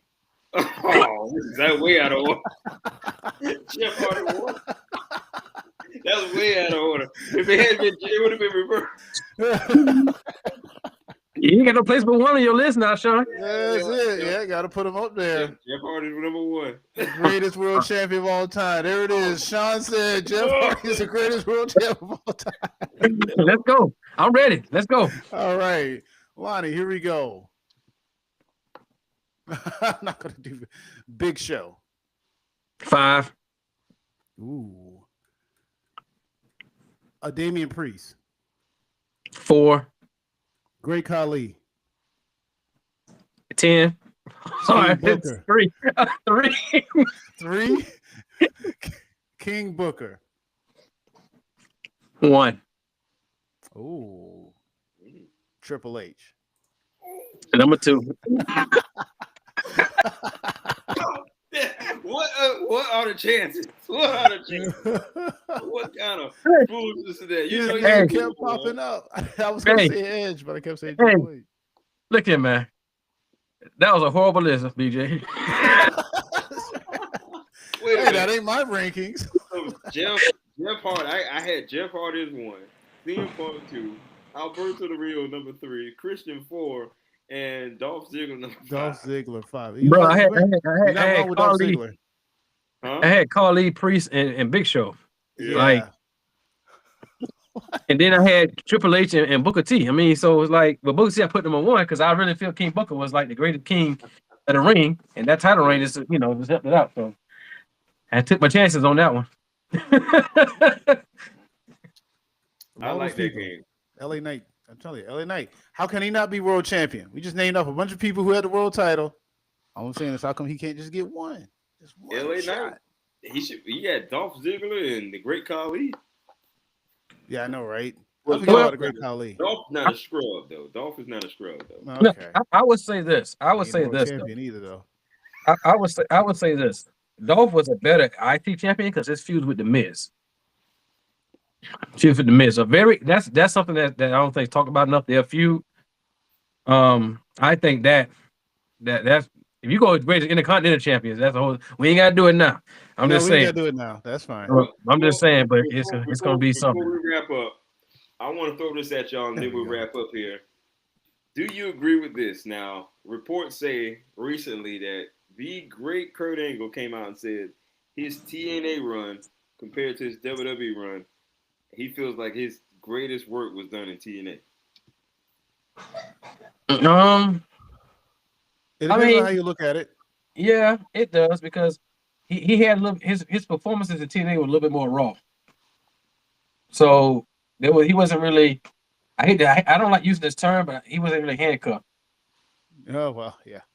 Yeah, that particular style. That's yeah. fair. So even though he made it great, now don't get me wrong, Kurt Angle made it great in WWE because he constantly fought Taker, Austin, Rock, Triple H. He constantly fought them weekly. Like he would fight them weekly and on big shows. And he always made. And then when he would fight, like even before that, he would fight the Chris Jericho's, the Benoit's, people like that as well. The Edges, like when he got his head shaved and all these things, like he made it work. Brock Lesnar's. When we got the TNA, you talking about some raw dogs like AJ, Joe, Samoan Joe. You know what I'm saying? Jeff like, Jarrett. Yes, Jared. Slap nuts. he talking about something else. That Well, if you know, Jeff you know. Jarrett was there though. I know. I'm saying if you know, you know. Is what I'm saying. Like, And how many titles he had at one time in TNA too? He had like 2 at the same time. I think he had a world title and the other world title. I mean, like he had like a bunch of titles at one time, right? Yeah. Yeah. He had 3 championships at once. 3, yeah. So you talk about all that stuff and that young talent he had down there, man. Shoot, bro. Like I remember he showed up in headbutted Samoan Joe, and then Samoan Joe stood up in the back of his head, and the blood's going down his head. Y'all remember that? Yeah. Oh, Man. Wow. But to answer your question, I guess it just depends on how you look at it. I don't know. Because he took that wrestling machine to a whole nother level in TNA. Yeah. Like it was no more jokes, no more I want milk. Like it was just like I'm coming in and I'm gonna break you. Right? Yeah. So I don't know, man. I guess it depends on the content you answer the question too. Is it based on what he's done as far as matches or the titles he won or what he like because even in that comedy he had, that match with Shane at King of the Ring 2001, man. I mean, every match in TNA was like that. Was probably like that without the glass. Yeah. So I don't know, man. I don't know. RC, what you think? That's him. What he? I don't know because I kind of feel the same way to some degree. But Kurt Angle feels the way he does about it for whatever reason. And if he feels his TNA run was better, I can understand that because, as Lonnie mentioned, he had little less restraint on who he can be or how he wanted to wrestle. Mm-hmm. And I mean, he accomplished a lot. He's a 2-time Triple Crown champion, a King of the Mountain, 2-time King of the Mountain champion, X Division champion, 6 times TNA World Heavyweight champion. So it's like he has accomplished a lot. Is it as much as the WWE career? I don't know. That's going to that point. That's something that me, Ron, and Jacoby were talking about. What would you rather be? Would you rather have a career like Randy Orton, where you win a whole list, John Cena even, where you win a whole lot of titles in one federation promotion, or would you rather be a person who has multiple world title reigns in different promotions? What type of career would you rather have? It's hard to say because okay, so we don't have time to get into this question, but we always ask who's the greatest and what qualifies them to be the greatest of all time, right? A lot of reasons and answers that come with that is like if you beat the best, you're the greatest, right? Well, the best is not just in one place.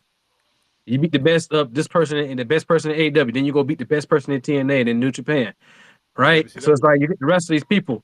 Like, so how do you? Which is why I say a person who's on track to be not the best of all time, but a person on track to do a lot of good things is Matt Cardona, because I think he's been on every major platform this year. Yeah, but he's also only won he's won a lot of world titles, but the NWA world title is the only one that really mattered that he actually won. So it's like, so I don't know, man. I guess it depends on how you feel and what you want to accomplish. Like you get somebody like Monet and Cody and go out and try to do things and fight all these people, like making lists of people or winning all these titles. But I don't know, man. It just depends. I mean, does it matter if your name really get out there? Yeah, I guess that's another question. Well, that can help your name get out there. That's the other side of that coin, because it's like Jacoby. I like how Jacoby said it. He said it's about Mercedes. I'm a world champion because I have championships across the world without the actual world title. And I mean, that is something to talk about. It's like I go to promotion and they're giving me the belt because I'm the top. I'm the baby face. I'm the heel. I'm whoever. I'm the guy or girl who people are paying money to see, or they feel like they can put the promotion around. I mean, but at the same time, it's like, you have someone like Orton. I feel like they did that. I feel like they did that with Nature Boy. Like wherever he showed up, they was gonna give him the top title. Yeah, they did. Yeah, but he had that world title though, and he went back then. He went to different territories like that on a regular basis. Yeah, that's the territory days. And that's the thing about it. Territory days, they allowed that kind of thing to happen. Yeah, like when Dusty fought Superstar Billy Graham. So I mean, like in MSG, when that's the whole picture Cody's holding up, like when he's on the title on the rope holding the title up that he didn't win. So like back then, it was different. Like Ric Flair, I don't know if y'all saw the Iron Fist or Iron Claw, but when Ric Flair fought the Von Erichs, things like that. I mean, it's just you can go everywhere with that title, right? You weren't gonna drop it. You gonna drop it at home, to like a Steamboat or something like that. So I don't know, man. I feel like this. If you see yourself like a lifer, or you see yourself like you want to be the great in that particular company, then just go ahead and pad the stats. But if you're just trying to be like one of the greatest wrestlers, to have ever done it, then I can see you going, this route. Now, I think it's more different because I think there was a time period where it was kind of looked at like, okay, you were part of a company, like you got to do it in this company. But now, because of the way things are now, I think it's giving people more opportunities to go and just, hey, I want to compete with this guy, I want to compete with that guy, I want to do this type of thing. And I don't think there's a wrong or right answer to it. I think it depends on the person. Like if you want to be the great of that particular company, then you would have to do a path like Cena and Triple H or something like that. You know what I'm saying? Mm-hmm. Like Randy Orton's career is, man, that's a great career, man. Like now they were telling us in the beginning of Randy Orton's career, like he's going to be, future WrestleMania, this and that, the Legend Killer and all this stuff. So who knows? Maybe Braun Breaker, which I don't see it, ladies and gentlemen, I don't see it. We're being fair. I still, maybe I'm blind. This is why I wear glasses. I still don't see it with Randy Orton. Now, this is one thing I did call. I remember telling Tony verbatim, or we were there. I said Batista was going to be a big star when he was out there as the first variation of Batista. The Deacon? The Deacon. Well, I mean, yeah. Look, it turned out to be right. Yeah. And who made that star? We'll get it. That's a whole nother chapter. There's a whole nother chapter. Who made Marvel? Thanks. That wasn't who I was looking for, but thanks. There you go. Ladies and gentlemen, what do you think in the chat? What qualifies you, like the way the question was, do you want a career like John Cena? If you had to have one, which is a great career. That's a great career. Yeah, for what No it's one worth. could. Yeah. No one saw that coming, really. No, wouldn't on my bingo card. Well, But you know they say you can't see him. can't see it. Yeah, you say that. Or is it you have the luxury of going to company to company and just being Thanos almost and just collecting up all the champions all across every federation? I mean, to some degree, you mean like an AJ Styles. I believe he's a Ring of Honor World Champion, New Japan World Champion. He was the TNA World Champion. He was the WWE World Champion. Yeah. I mean, I don't know. I think he's a legend. Well, I mean, they're giving him a retirement tour next year, so Well deserved. really well deserved. Well deserved. I think that's why he got the tag team titles as of late. That's why I think that's why that happened.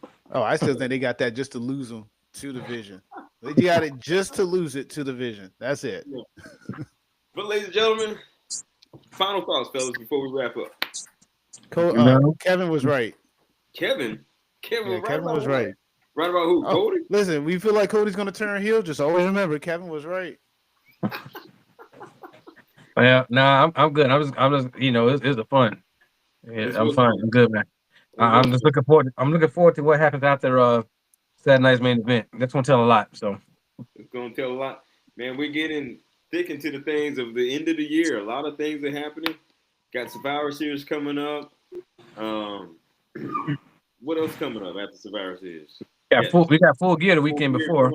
Yep. Oh, Full Gear. Yeah, that should be fun. You got World's End in December. You have I know we're wrapping up, but I wanted to say this. So if Moxley quit, if he lost, because he lost the match, so he quits. Now, you brought up a great point about Garcia. Where does he find himself now? Because he just really got into that whole situation. If Moxley, so is there a time period on when he can come back? Because it's an I quit match. He's supposed to be gone. Oh no, yeah, he showed up on the next night, Wednesday. Moxley don't take time off. Moxley will lose a big match and he'll be back on Dynamite like nothing ever happened. All I'm saying is this: when I saw, I just think that we kind of we don't have time to get into this. This be another show. There's a lot because there's more to it. There is a subtle story being told even after Moxley lost that match that followed up on Dynamite. It's a little bit. It's not that deep, but it's there's something there. If they continue, there's a story being told with Moxley not having the confidence he once had after losing that match with Darby. Yeah, I mean, Sting interfered. That's the only way he lost. Let's be fair to Moxley. Let's be fair. Well, I mean, Moxley was using the entire group against Darby. Someone needed to help that boy. He's supposed to. He's a heel. I'm just saying, someone needed to help Darby. I'm mad at AEW locker room didn't help him, and Sting had to come do it. Like, come on. Yeah, out of the rafters. That's my boy, though. It's been another edition of the Champions Corner podcast. Like. If you still got this far into the show, like this episode. We got a lot more to talk about in the upcoming weeks. We look forward to seeing you real soon. Peace. Good night, everyone. Peace.